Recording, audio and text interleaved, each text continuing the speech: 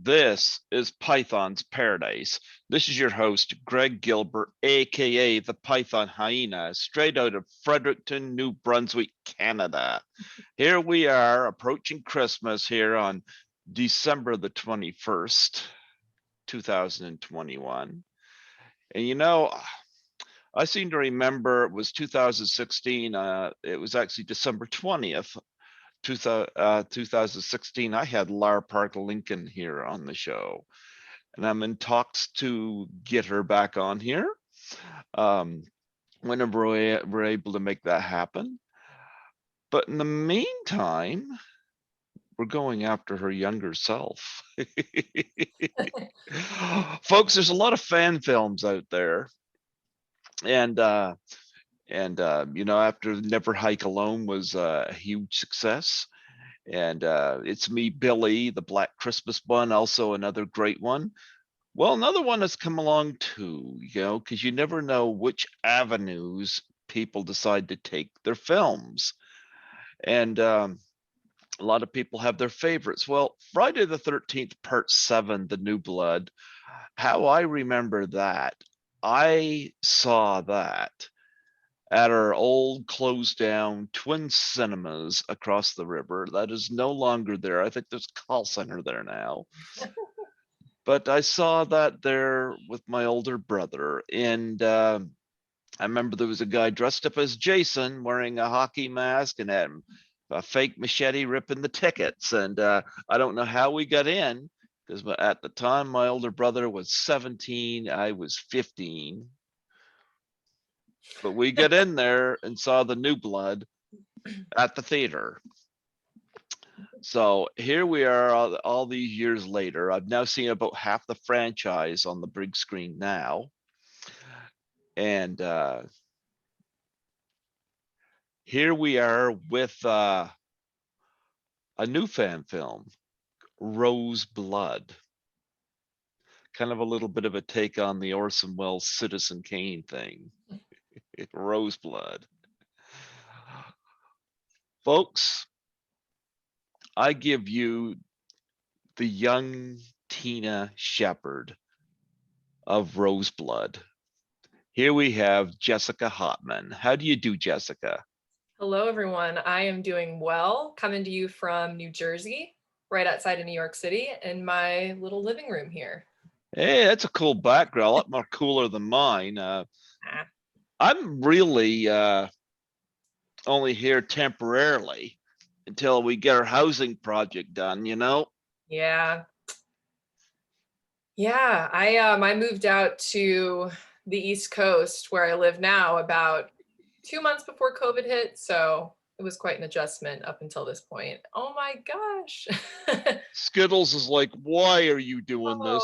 You're Oh. just doing this for hits. I say, Skittles, you would just Hi, happen to be Skittles. close enough for me to grab hold of.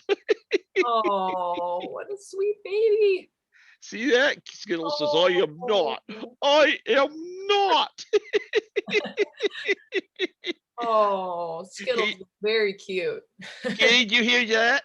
She thinks you're cute. You're very, very cute. I wish I had an animal here because I think I could use that in my life. Skittles, did you hear that? She thinks you're cute, kitty. Nobody says that to me. Oh, no, he ran away. He's so Oh, embarrassed. sweetie. A little camera shy. That's okay. That's all right. Every time he gets near me, I do that, and a lot of Oh. my guests love it. Skittles doesn't. Skittles doesn't even know, but he's drawing the fans in. That's actually what they're here for. So. You know what? I've actually heard guests say, they've said to me, they said they love it when Skittles appears, and I'm like, yeah, Oh. Skittles hates appearing. But Well, Skittles. nonetheless, huh?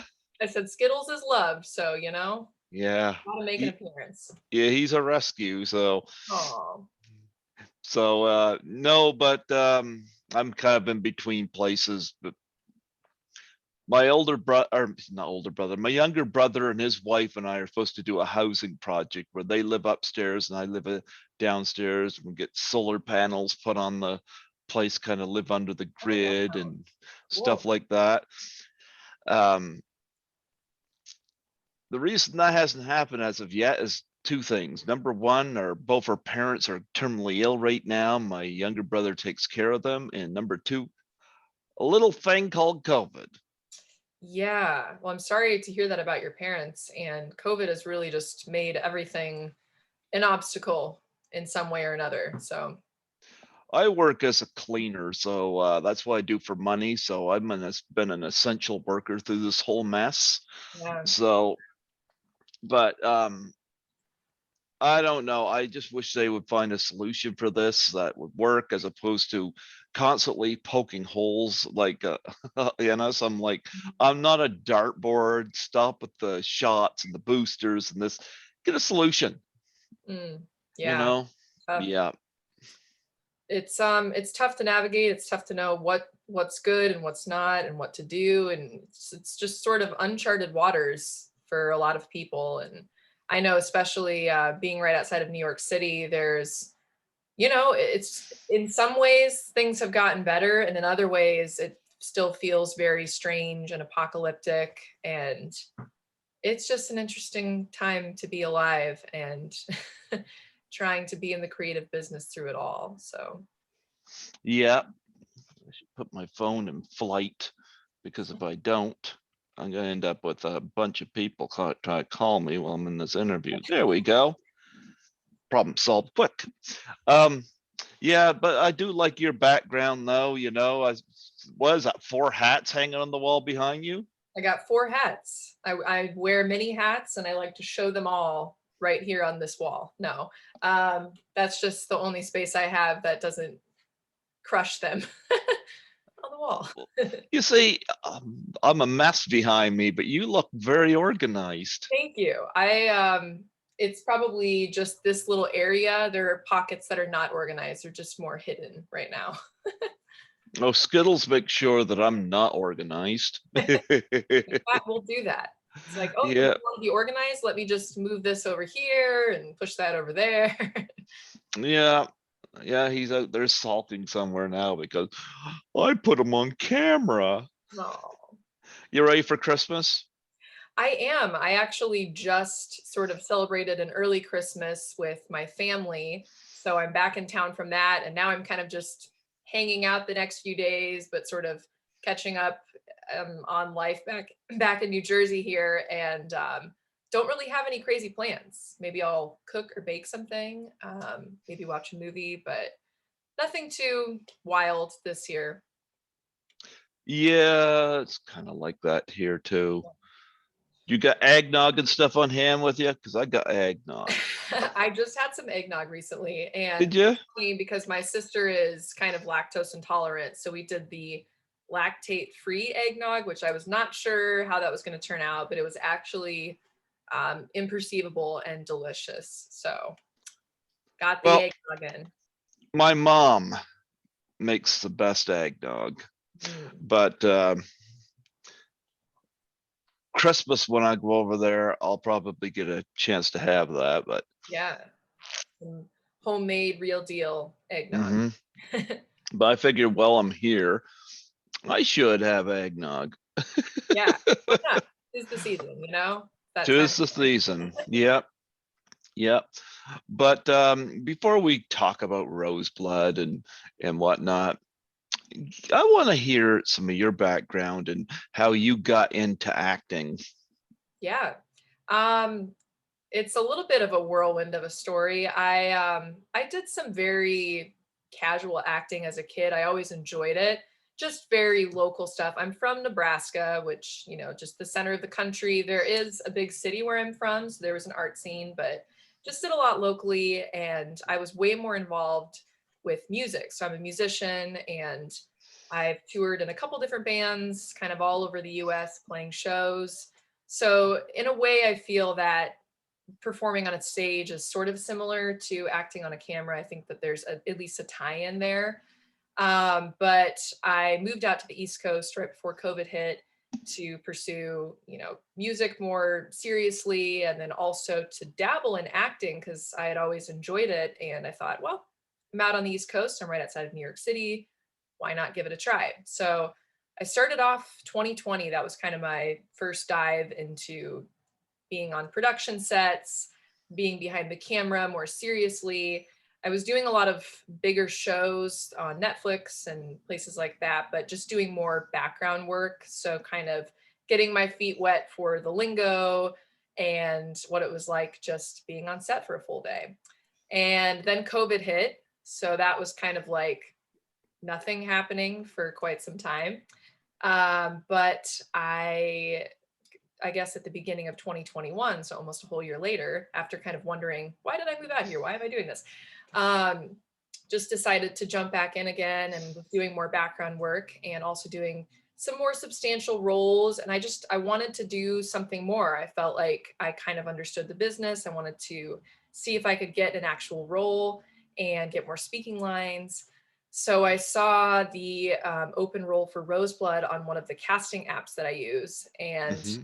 I clicked on it because it interested me right away. It was like a featured role that came through, and it was very interesting to me. And I clicked on it, and the picture of Lar came up, at both her, modern and as a younger 1980s teen.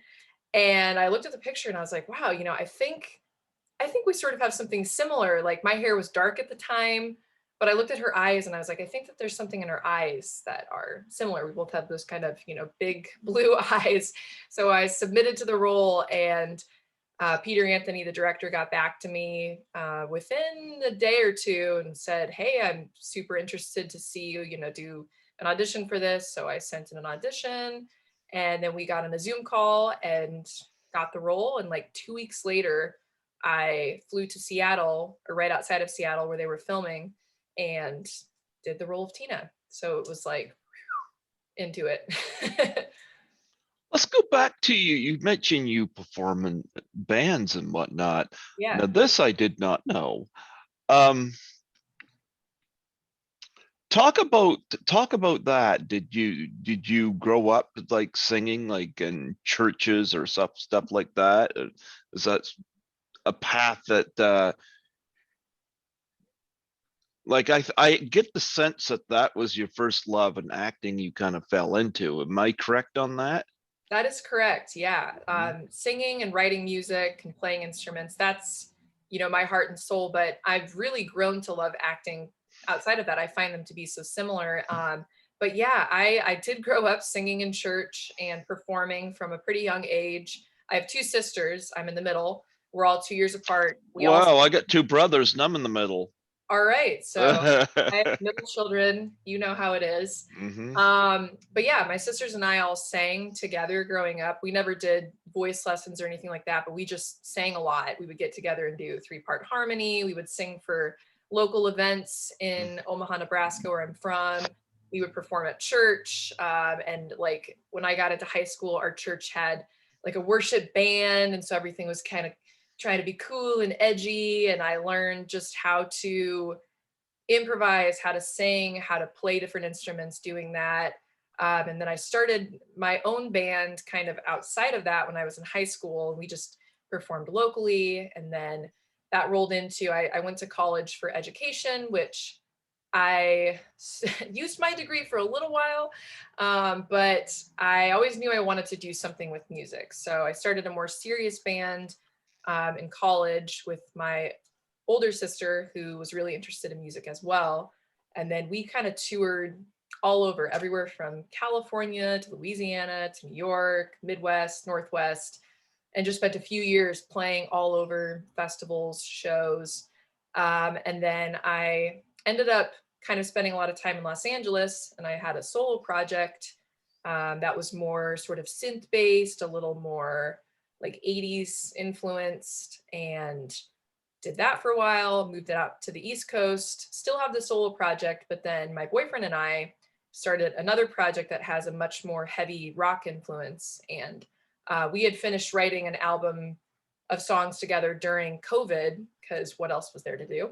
Yeah. He had a band of his own, and I had my own project, and we didn't want to force working creatively together, but we're sitting at our house like, hey, why don't we just try to write music together and see what happens? So we ended up writing 8 songs together, and then I had finished filming Roseblood, and Peter Anthony, the director, reached out to me and said, "Hey, I hear that you're a musician. Would you want to like write a song for Roseblood, the film?" And kind of sent me some bullet points about the film. And I sat there for a day in my apartment and came up with the song that ended up getting recorded and is now in the end credits of the film. So the song that kind of plays coming out of the movie is our band Gilbert. So my boyfriend and I, we have a band, and that song became the ninth song, which ended up on the record. So it all ties together. It's a very long story, but somehow I feel like my worlds of music and acting are sort of coinciding and colliding, and yeah, it's very cool. I remember that song. Yeah, Not you, huh? that's me. Oh, there you go. There you There go. you go. You mentioned you like to play instrument. Do you have a favorite instrument you like to play?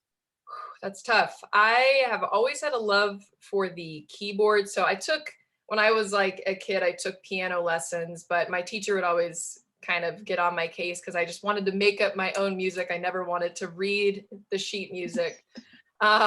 So I kind of, that was my first love. And then I started getting into guitar, and that's what I played in the first band that I was in was guitar. Started on acoustic, ended up on an electric guitar. So I really thought that that was my favorite instrument for a period of time. But now I'm back to playing a lot of synth. Like when I go in the studio, I record a lot of just synths and sounds and things like that. So I think I'm gonna have to say the synthesizer, where you can kind of, Nice. play the keyboards, but it's more of a sound effects instrument. That has always been something that's alluring, and I would say that that's my favorite. So when you write songs, like me, I've never written a song. Nobody wants to hear me sing. Skittles and I just are not the Oh, dual people want to see sing, you know.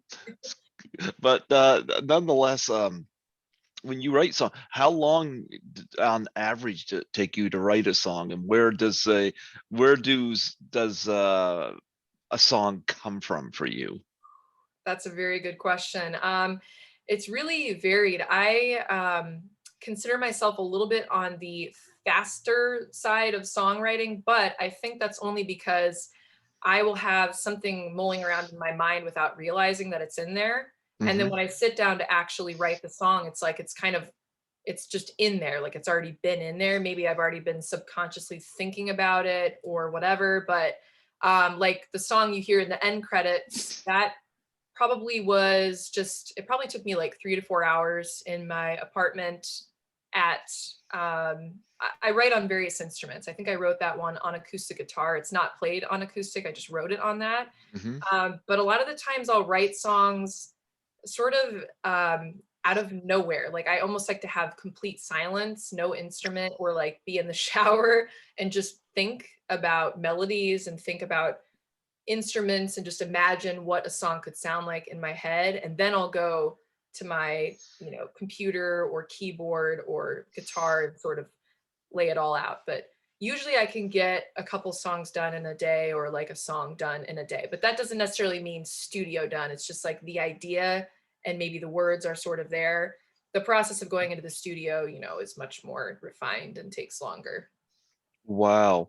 I'm loving hearing this, because I know I come on here to talk about Roseblood, but I'm loving this little segue here, you know, um, I think that's interesting. Do you have any musical influences? Like who inspires you musically? So many people. I have a love in my heart for just sort of badass chicks that play music, that do all their own stuff. They produce, they write, they record. That's what I've always aspired to do. Is I think as a female for so long in the industry, you come in and it's like, oh, you're a background singer, or someone's writing all your music or doing all the stuff in the studio. You just kind of go over here and like we'll call you when we need you. And I think the industry has shifted so much. And now you have all these amazing females coming in and just like, nope, I produce, I write, like I know how to run programs, I know how to plug my stuff in, like finding their voice. And I think that that is always something that's inspired me. So artists like Imogen Heap has been a huge influence for me since I was like 10 or 11 years old. Kim Gordon, just there's so many people it's hard to just narrow it down. I listen to all types of music. So even, you have like old singers like Bing Crosby or someone like that. Like I listen Hmm. to everything from that type of music to like modern industrial, Nine Inch Nails or whoever. And even modern artists, I think that pop music is pop music for a reason, and there's something behind that. So I try to just stay informed on a lot of fronts, but the influences are far and deep. You know, I just saw what the Spielberg West Side Story recently. Oh Have you yeah. ever thought about doing a musical? I've thought about that. It's funny. You would think that I would be super into musicals, having, the music and acting thing. I've always been like a little hesitant towards musicals. Hmm. It's hard for me because sometimes it's hard when you're watching someone on a screen and they're acting and then they just break into song. It's like, oh, whoa, that's happening now. But I also think that it would be cool at some point to, maybe if it's not necessarily like a musical, to be in a role where there's, a musical element incorporated. For instance, I don't know if you heard of or saw the movie The Sound of Metal. Um, No, I that actually sounds cool. Yeah, it's about like a metal industrial drummer who loses his hearing in the film, and you kind of see him walking through losing his hearing but still loving music and then not being able to hear anything, and it's very emotional, but there's like an element of him, like drumming, and that's in there, but it's not like necessarily musical, it's just like related to the storyline. So I think it would be neat to have something like that where it connects the two worlds, maybe not directly musical, but a piece of that, I guess. Oh wow. Okay, cool. Yeah. Yeah. Well, Roseblood. You should do a musical with Lar. I'll see if she's into it. I've been in touch with Lar to get her back. I know she just had a spinal surgery and you know, and I sent her a cameo and she asked me if I would reschedule it and I said absolutely, so and she had mentioned it because at the time I wasn't familiar with her injury and or her surgery. So but she seems very chipper, you know. Yeah. I called her because I called her because I still had her number from 5 years ago, and I'd never called her before, but outside the interview 5 years ago. But sometimes she's hard to flag down because I know on Facebook,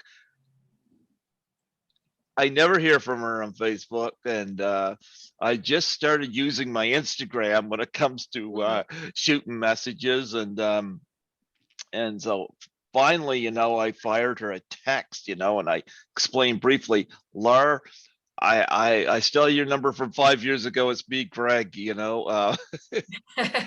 I'm actually a co-producer on 13 Fanboy, so I've actually got my name on that project, and Lara, of course, is in it. Yeah. And if you know anything about Lara, I got this for when we have that interview. Does she love Nutella? I didn't know that. Yeah, yeah. I'm That's waiting to get her on there because I'm gonna eat that right in front of her. awesome. She'll be like, "Hey, where's mine at? Why didn't you send me one?" Yeah, That's there's videos of her online. I've seen either at cons or whatnot where she's just spooning that out and eating it. awesome. She likes Nutella, so I got that just here for that. For that specific occasion. I love that. Yeah, the first time well, in a while I bought Nutella too, so I thought Yeah, there's an occasion for this. So, that's but perfect. I've seen about half the Friday the 13th movies on the big screen. In 2019, I had the pleasure of attending Jason Lives at a midnight screening, Mhm. which was pretty cool. But I Yeah. saw the New Blood when it originally came out, and of course, I got this big box set here. Ooh, Yeah, nice. I got this big box set here, and of course, here's part 7. There it is. With Love that. lovely Lar. Yes. Oh, there we go. Couple of your co-stars right there on the back. Hey, Kevin. And And lovely Lar. Lar. That's what I call her. I call her Lovely Lar. She is lovely. But do you ever see her videos of her at cons where she's searching for a man and she comes across like Slimer and Minions and from Despicable Me and Oh gosh, I have not, but that sounds entertaining.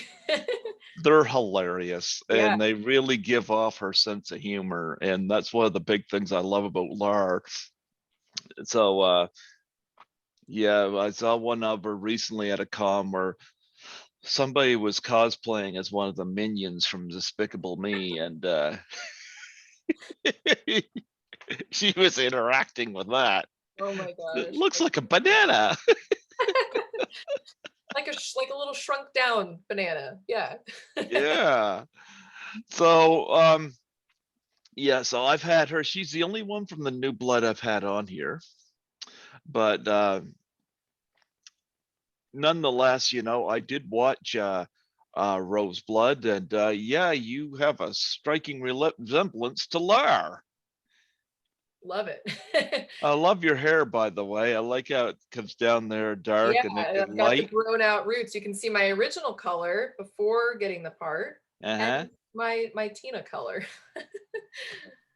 That actually looks pretty stylish. So that You. wasn't you doing that, or is that just it growing out back out? It's just it growing back out. It Yeah, when looks, I was auditioning for the role, I mean, yeah. talk about them having faith in someone. I didn't even have the proper lighting, so you couldn't really see that my eyes were blue. My hair was, darker, like this Mm-hmm. color, and I sent the audition in. And when I did the Zoom call with Peter, where he wanted to talk to me, through Zoom to see what I looked like, I went to better lighting. And as soon as I got on the call and he saw my eyes, he's like, "Oh, yeah. Okay, yeah." And then I got my hair dyed. So this is the remnants of it here right in this section. It looks good though. I gotta Yeah. say, it actually looks pretty. I actually thought you did that deliberately, Well, thank the you. way You it know looks what? As right long as now. it Yeah. looks good and stylish, I Hmm. am down with that. Yeah. Yeah. There you go. No, it looks good. Thanks. So yeah, and Roseblood, I gotta say, took a very different turn than what I expected it to. It's kind of like Jason Voorhees, of course, the hockey mask killer from the Friday the 13th movies. It's almost to me like they could have just left him out of there, because you kind of had a story Yeah, with you as Tina in the clinic and this new girl, Roseblood, yeah, being brought in who you befriend, who's having all these tests run on her and whatnot. And I actually thought she was going to turn out to be like evil, and I didn't kind of expect the bond part where you two connect. So that took me in a whole different place in the movie. yeah. So I was actually kind of in my mind like thinking to myself, is this real? Because I know somebody in the comment section was like, I'm 45 minutes in and no Jason, but I Yeah, don't think that's a bad thing necessarily. I'm a slow burn kind of guy, yeah, you know. yeah. And I even if he wasn't in it, I was invested That's in what cool. was Yeah. going on. Yeah.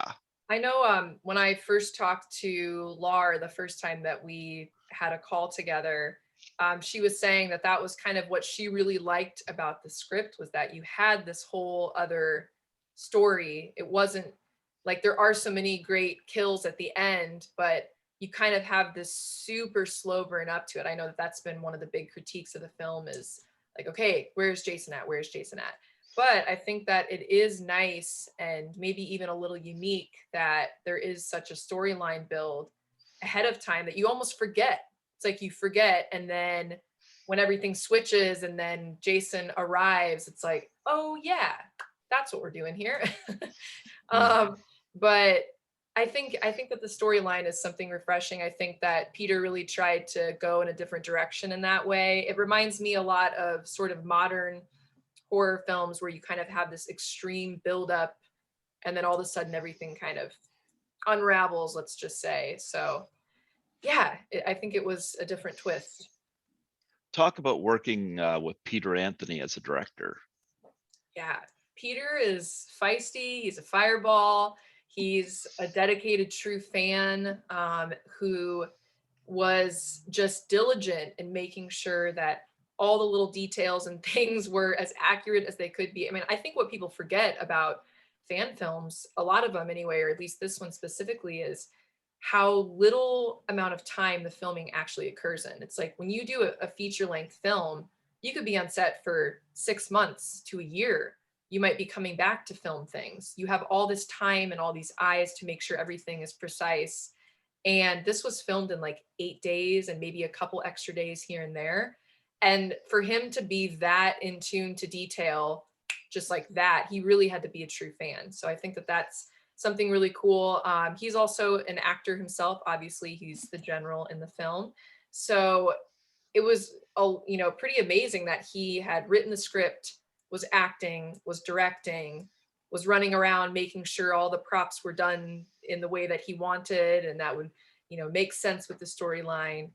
It was neat, but he's totally feisty and just a lot of fun to be around on set. Nice. So when you got on set and you're part of this, what was it like first meeting Lara Park Lincoln? Whew, it was nerve wracking, but amazing.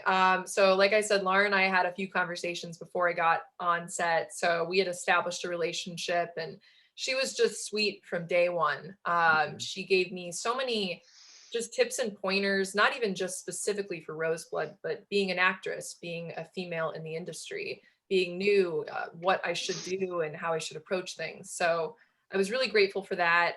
But I remember the first day that I was on set and doing a couple of my scenes, I'm, a little nervous. I'm new to acting. I'm, on set doing this big role for the first time. I had just gotten the script like 2 weeks before this, so I'm trying to remember lines and I'm doing this scene and all of a sudden we catch wind that Lara's going to be coming soon. And I'm just like, oh gosh, is she going to walk in as I'm doing a thing? Like, what's this going to look like? So I was just trying to stay focused and keep going. And we got done with one take, and all of a sudden the door opens up and she's there. And I'm like, oh gosh, she's right here. And she gave me a huge hug and was just like, oh, this looks fantastic. You're doing a wonderful job. I'm so glad you're here. This looks great. And I'm just thrilled. And that motivated me so much. And then I got to see her do a little acting and got to sort of be near some of the scenes, like with her and Terry. I was obviously not directly in the room, but watching the monitor, I could hear them.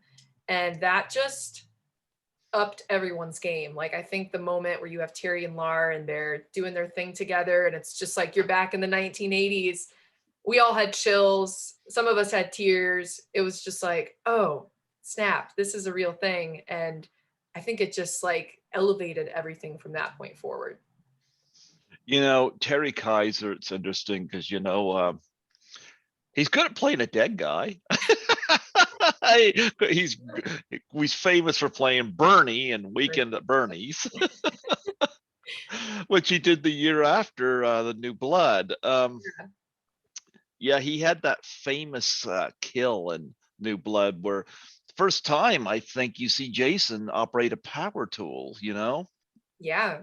Yeah, and of course that is incorporated in this as well. Right. Um, Yeah, I got to admit, I like that scene. There was a lot of people, and even I asked the question, why is Dr. Cruz in this? I mean, he was killed Right. off, but I figured the way it happened here was the way it was going to happen. And I'm glad they did that. I Yeah. have seen fan films I was into until they brought back a character who was killed in the movie, Sure. and then Yeah. it took me completely out of it. Yeah. Yep. Like, I saw one recently. I love Adrienne King, who was Alice in the original, Mm. but she was killed off in part two, the Yeah. beginning of part two. Sorry, but she was killed off. And then I was watching a really good fan film, and I forget now which one it was. and then she shows up at the end of it, and I'm like, it took me completely Yeah. out of it. And people are saying, well, she survived. Well, if you watch part two back in that shack, you see Alice's body. So it's like she's not there anymore. You Yeah. know, I'm sorry. I mean, even like the tattered bathrobe, all aged up and stuff, the thing, and that's like I'm sorry. And when fan films start doing that, I get less and less. In fact, I've been very like I watched Roseblood in preparation for this, but because of the situation, again, I say the more Adrienne King, the better. I've always liked her, but not when they do stuff like this. Right. It's Right. like it completely. And I had somebody in one of the chats complain, said I was angry about it. I said, not angry. I'm just trying to bring some logic. Yeah. They say Friday the 13th fans been dealing with this lawsuit. We'll take what we can get. And I said, well, I said, if that's the case, then we might as well just say that anybody at all is still alive. Right. Yeah, I think it's that storyline. It's like I think if you want it to feel a part of those, original, like part one, two, all of that, you have to stick with that storyline. So I hear what you're saying. It's like it really takes you out of it when it doesn't pay respect to what the storyline was, or throws it off in a different direction, because then it makes it confusing. Like, wait, how can this person be alive? So, I'm glad that with Dr. Cruz that it was more of a figment of her mind and not like it took the storyline off on the wrong foot.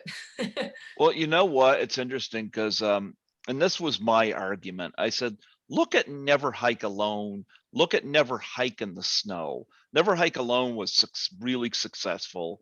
Vincent DeSante did a great job with that.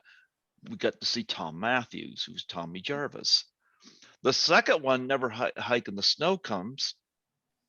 He brings in Vinny Gustafaro, who was Deputy Cologne. Mm, And I said to the person in the chat, I said, you notice they brought back Deputy Cologne because Rick Cologne did not die in Jason Lives. He's stuck in a mm, jail cell. It would have been odd had they brought back Sheriff Garris, who was bet in half. yeah, You got to yeah, be smart about this. You can't just bring people back for the sake of bringing them back. So right. yeah, Dr. Cruz, I said she's got to be having visions of him. I got to admit that scene between Lara and Terry Kaiser was very great. Actually, Yeah, funny because it's been a while since I've seen Terry Kaiser, and he's still got it. yeah, Yeah, he really brought it. yeah. His just the like timbre of his voice sort of takes you back in time a little bit, and that's how it was being on set with him. He's just got this sort of old schoolness about his voice that's very cool, and it brings a certain nostalgia to the whole film. Yeah, I've heard good stories about him at cons. I never met him, but Yeah. he's he's a fun guy, and he's super relaxed, and he's actually he grew up in Omaha, Nebraska, or like went to high school there, which is where I'm from. So when I saw him on set, I was like, hey, I heard that you lived in Omaha for a while. So that's a little bit of a small crossover too.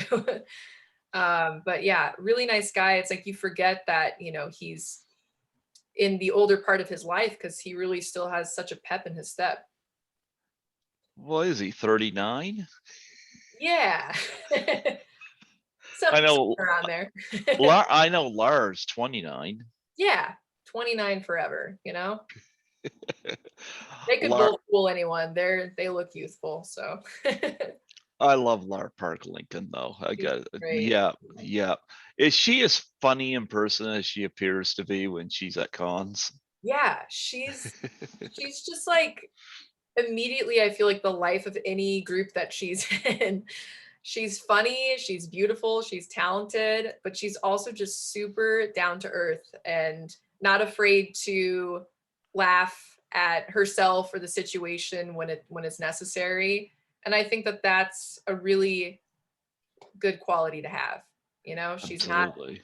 She didn't come in and, act like she was above anyone. She was just right down to earth, right in the mix of it all.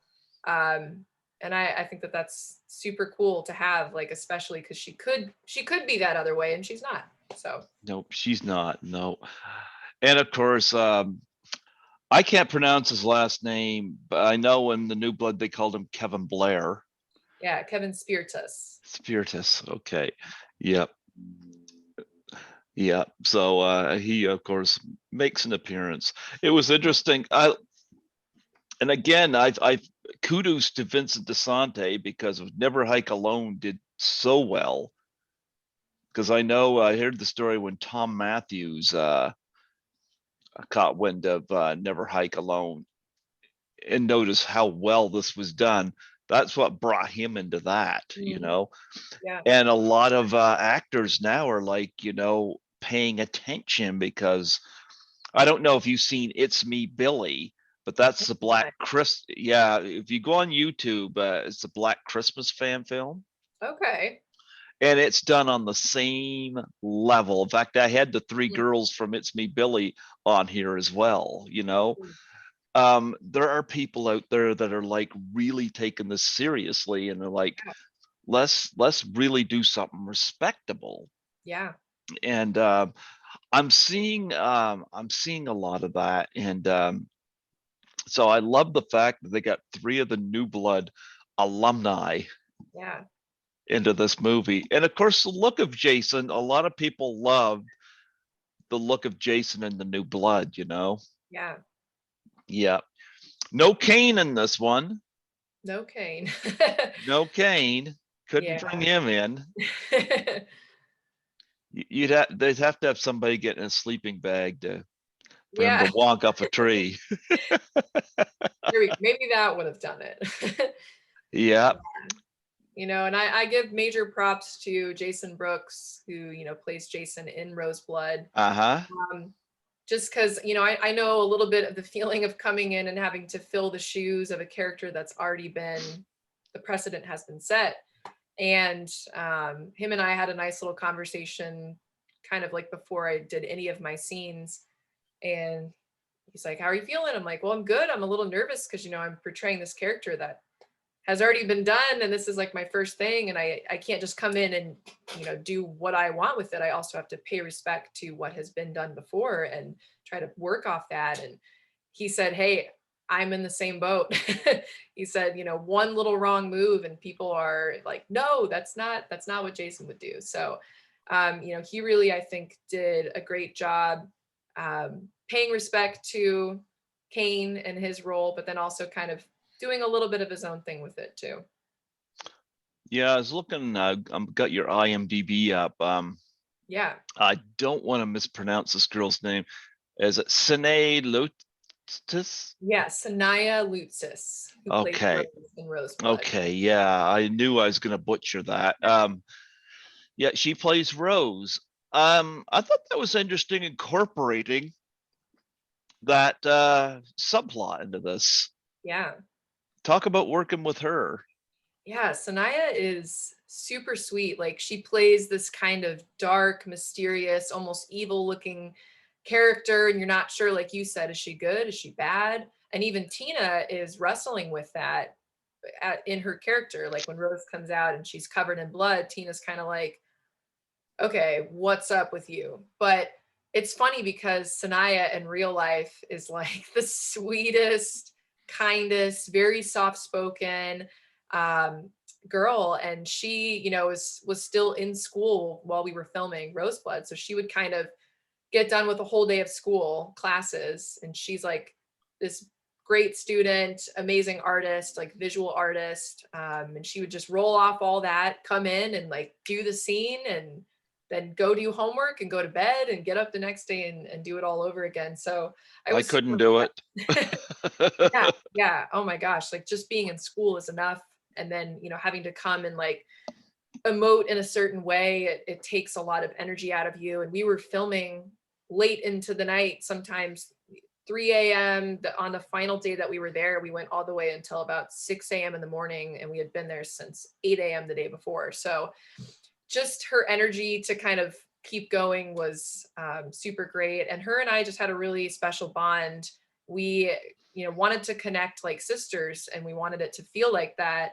And it's hard when you don't know someone and you're trying to connect like a sibling. I have two sisters, which I mentioned. So I was trying to channel some of that, but I feel like we sort of found that rhythm, and it's now it's just a real thing. Like when I see her, we hug and we're like siblings, because that was kind of what we were trying to get to, and now it's just like a real thing. We're both middle people. Yep, our middle children. I got two brothers, you got two sisters. The forgotten. No.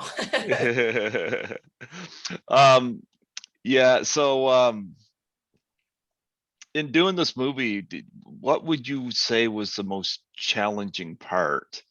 Hmm. Yeah, I mean, I think coming in as a new actress and never really having done anything quite like this, Mhm. just the unknown was super challenging. I wanted to try to figure it all out in my mind ahead of time and be prepared. And I only had a few weeks. But there was so much that happened on set that just I couldn't have perceived would happen or would go a certain way. So the unknown was really a huge challenge.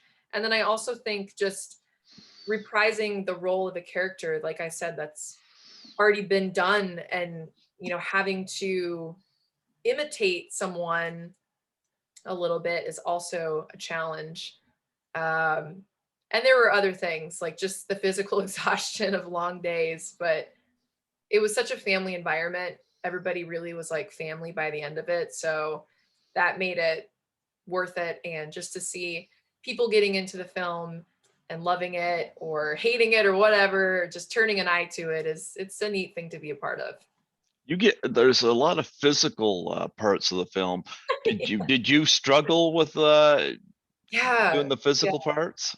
I had like bruises, I feel like, after most days that I was on set, because it's either, Dr. Sykes and I going at it, and we had each other laughing the whole time. Dr. Sykes, David, who plays Dr. Sykes, is that funny in real life. Like, he is just a hilarious person. So we were like physically fighting and then laughing, but I had like bruises on my arms, and then I get picked up at one point. I had bruises on my ribs, and not that anyone was trying to, but when you're getting into the scene, there's just a movement to it that you can't really fake it sometimes. And then even when I'm tied in the chair and I'm struggling, I had more bruises here from that. So there was a lot of physicality that I was not anticipating that came into play while being on set. Yeah. Oh, yeah. That character was played by David E. McMahon. Okay. Okay. Now there was a part in this film. I don't want to give anything away on this movie, so I'm going to skirt around this very carefully. But there's a part in this film where another factor is brought in. I think you know what I'm talking about. I got you. Yep. Um, was that in the original script? Like, was that always a plan? Yeah, it was a plan from the beginning, from when I was brought into the project. I don't know when Peter decided to have that mysterious factor come in to play, but when I got the script, that was part of it. And even while being on set, like, we had to be really careful with just trying to conceal that. Like, this whole time, it's just like we've been concealing that.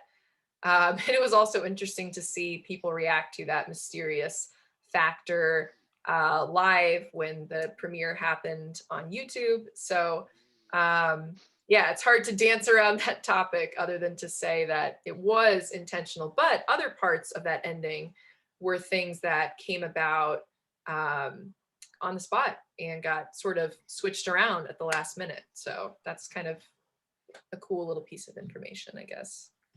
And of course, I'm involved in Hearts of Darkness, the making of the final Friday. And of Cool. course, the character Creighton Duke is brought into this as well.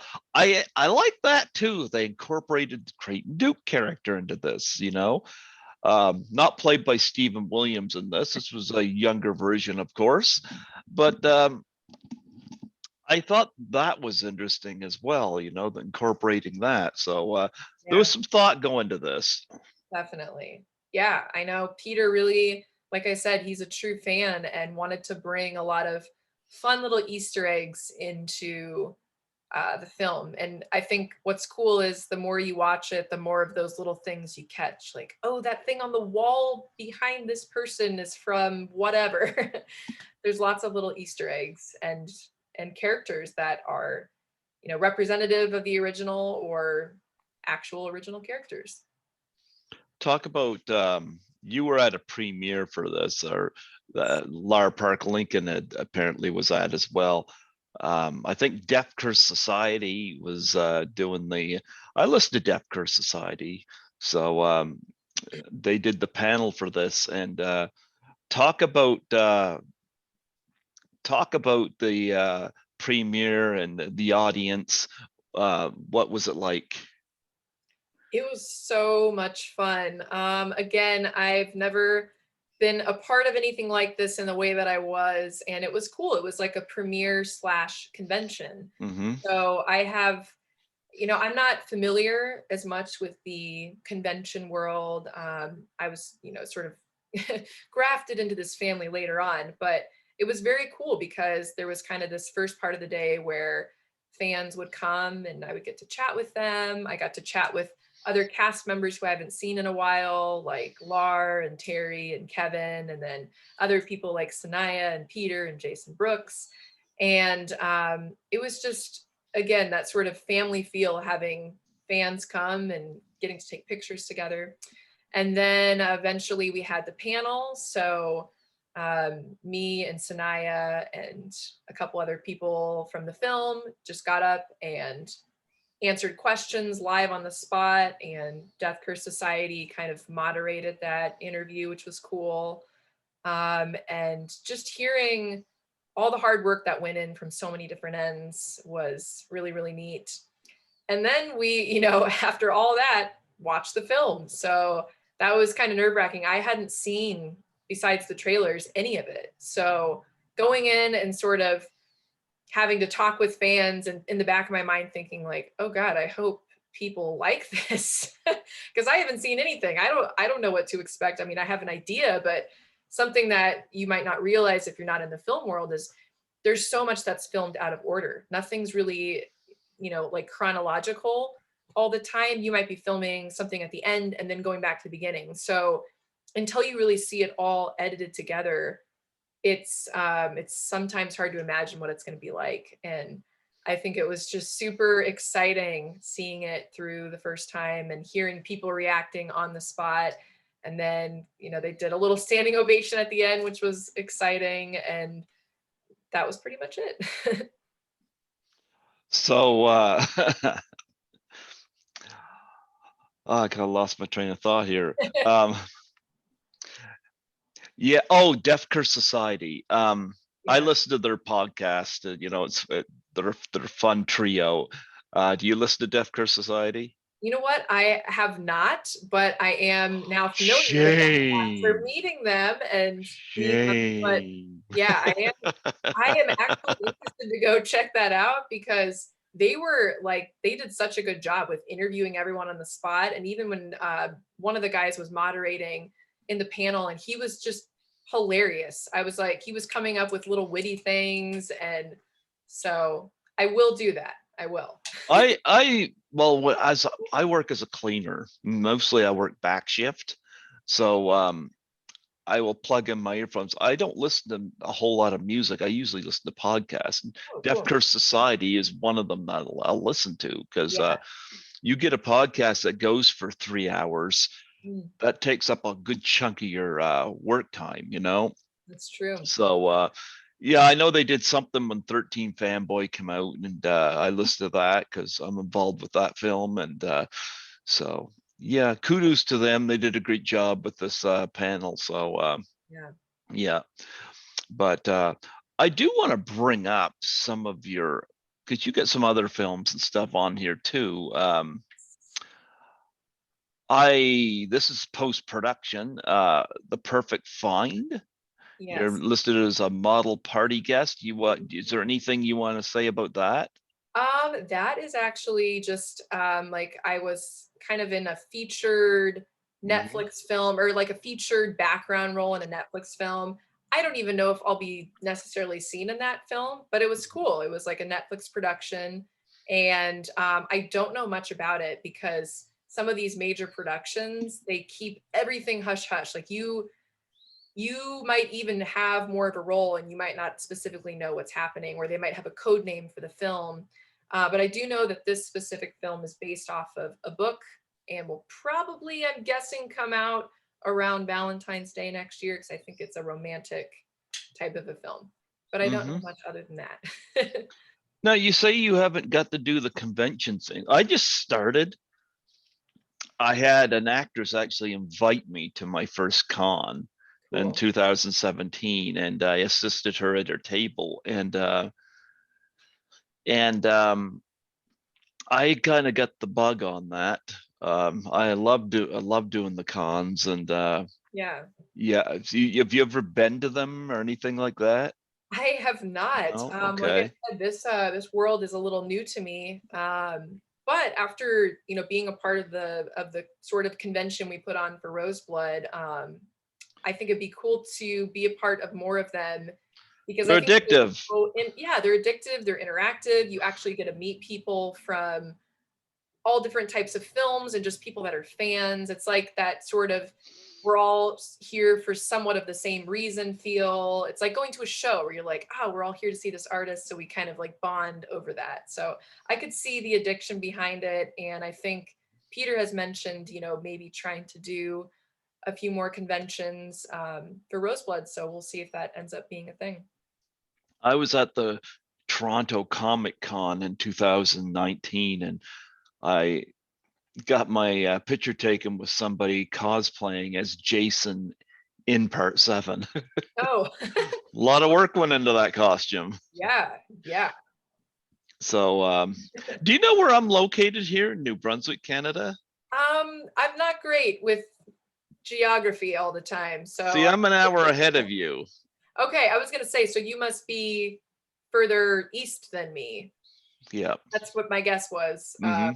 because I know it's a little later there. But yeah, how's where you live? Do you like it? I prefer Toronto basically after getting Yeah, the taste of that. I lived here my whole life until I got invited to that con, and it's like a whole world just opened up for me mhm, there. yeah, Um, but right now we got snow on the ground. It's chilly out. We have to snuggle up and dress warm. yep. But I come home in the morning after my shift and I get to cuddle up with my kitty, which is Skittles. always cuddle up with Skittles. Yeah, that's not a bad deal. Skittles is still hidden. Skittles Skittles sulking because I Oh, embarrassed him on camera. the appearance was too much. Do you have any charities that you're involved in that you want to promote on here? Oh boy, charities that I'm involved in. Not really. I am, well, yeah, I do like some little anonymous things. So I don't really have anything to promote in the way of that. Um, yeah, that's all I got there. I have one Private right. with like that, yeah. I have one that Lar Park Lincoln is actually set to participate in, which I'm happy about. After the Ice Bucket Challenge happened, one came out for suicide and depression called the Mm, Doubtfire Face Challenge. I think I've heard of that actually. Yeah. Yeah, you yourself, you take a pie in the face, and you nominate three people. So Lara is down for that. I sent her a Oh, that's cameo cool. and I requested it, but she sent me a private message. She asked me to reschedule it because at that time I didn't know she had the spinal surgery because I haven't kept Yeah. up with that. So she wants to do it, she wants to try to get out of her neck brace, and I get that. I totally get that. Yeah, Yeah, I was quite happy that she agreed. Um, I had a few people from 13 Fanboy had done it. I had 2 or 3 people in the wrestling community have done it. Um, and Sandy Johnson from the original Halloween did it. that's cool. One of the people she nominated was Felissa Rose from Sleepaway Camp, and I showed the video to Felissa Rose at Frightmare in the Falls, and Felissa's like, she's totally into this. That's So awesome. I'm looking forward to seeing Lar Park Lincoln do this. I have a feeling she'll be a trip. Oh yeah. Yeah, but if that's something you're interested in, Yeah, go for it. definitely. That sounds fantastic. I love the pie to the face thing. It's a great idea. Have you ever done that before? I I think when I was a kid, yeah, but not in a very long time. You mean yesterday? Yeah, yeah. I'm still a kid at heart, so. Well, the ALS thing was such a big thing. Like my dad's got ALS right now. Mhm. So, and actually was never challenged for that, but I was not a big fan of the ice bucket thing because I was like, when I found out about the pie in the face, it's like took me back to my childhood because I used Yeah, to watch like Nickelodeon and stuff like that where that stuff would happen. So I thought where I was involved with this podcast and 13 Fanboy, I would try to get some people in the industry because that's what people want to see. yeah, yeah. Yep. So I'm delighted that Lara Park Lincoln seems to be up for this. So, That's yep. But fantastic. we're gonna let her heal first, but I have a feeling Lara will be a hoot. Oh, she will. She will. Yeah. You know what? And I didn't even really know about her surgery until right before she had it. And when she came to the premiere, she had, like a neck brace on and everything, but she was just like up and about and still doing her thing. So Yeah. hopefully she Well, heals quickly. I've been trying to book her on here. I'd like to get her on here before the end of the year if I can, Yeah. because my Januaries are very uncertain in terms of my bookings. So I'd like to try to get her on before the end of the year, and we'll see how that happens. Yeah. But I definitely know she wants to be on her best. I get that. Yeah, she says the 28th she's hopefully getting that brace off. So Fingers crossed. fingers crossed, fingers crossed. But Yeah, she's a very high energy woman. So it certainly is. yeah, yeah. Is there anything else you want to plug and promote on here? Yeah, I mean, I'll just plug again my band Giveth. We are on all platforms, Spotify, Apple Music. We have an Instagram and what have you. So our little handle is at Giveth Sounds, or you can search for our music there. If you like dark, cinematic, sort of pop meets industrial elements, that's what we do. And we have some new music coming out in 2022 as well. And we have the album out right now. Obviously, check out Roseblood the film. It's free on YouTube, so you can't ask for much more than that. And another cool thing is that the song New Blood from our band, which is in the film, we're going to be filming a music video soon out in Nice. Seattle in the area where we filmed Roseblood. And there's an Indiegogo campaign for that right now. So if you buy a Blu-ray, you'll get exclusive or like a Blu-ray and then the upgrade with the music video on it, you'll get the exclusive music video, which also is going to kind of continue some of the storyline. So all ties together. I know that's a lot of information, but yeah, that's what I got going on. You have Lars sing on it. That would be so cool. I think I talked to her, like mentioned that before, and she was like, I don't really do that, but we'll see. I don't know, maybe. Well, are you all set for Christmas? I am set. I'm going to be here. I'm going to be hanging out. And I love both of those things. So Got your tree up? got the tree up, got the stockings up, got the garland swirling the banister. And yeah, I love this time of year. I got none of that stuff up because Skittles is too lazy. See, Oh, I work and I'm like, come on, Skittles, come on. Skittles, you set it up. Set the tree Yeah, yeah, wrap the kid. Skittles is studying for his PhD in laziness. Oh, well, I think that'll happen for him. I'm confident that that will come through for him. Well, you know what, Jessica, it was wonderful having you come on here.